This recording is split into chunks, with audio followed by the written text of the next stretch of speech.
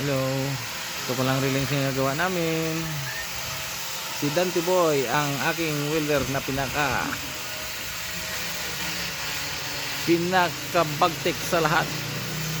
Ang partner niya ay si Makmak Boy. Ayan, si Makmak naka-red. Si Dante yung nakatabon ng mukha, hindi gusto makita ang pogi, ang pagkapogi niya.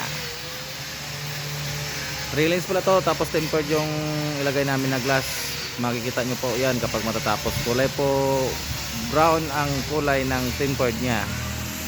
Yan, yan si Dante, pogi. Focus natin kay Dante, focus.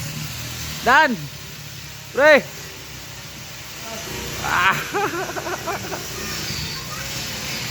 Ganda ng railings na ginawa ni Dante, oh. Tingnan nyo lang guys, ang ganda yan.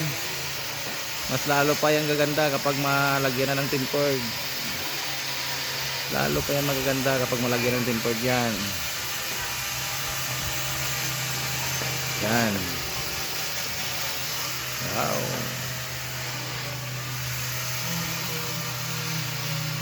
Pag ano yan. Yan guys, kung gusto nyo magpagawa ng railings, contact lang kayo sa FB ko. Bye.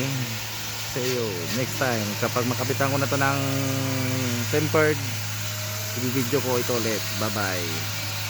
Salamat.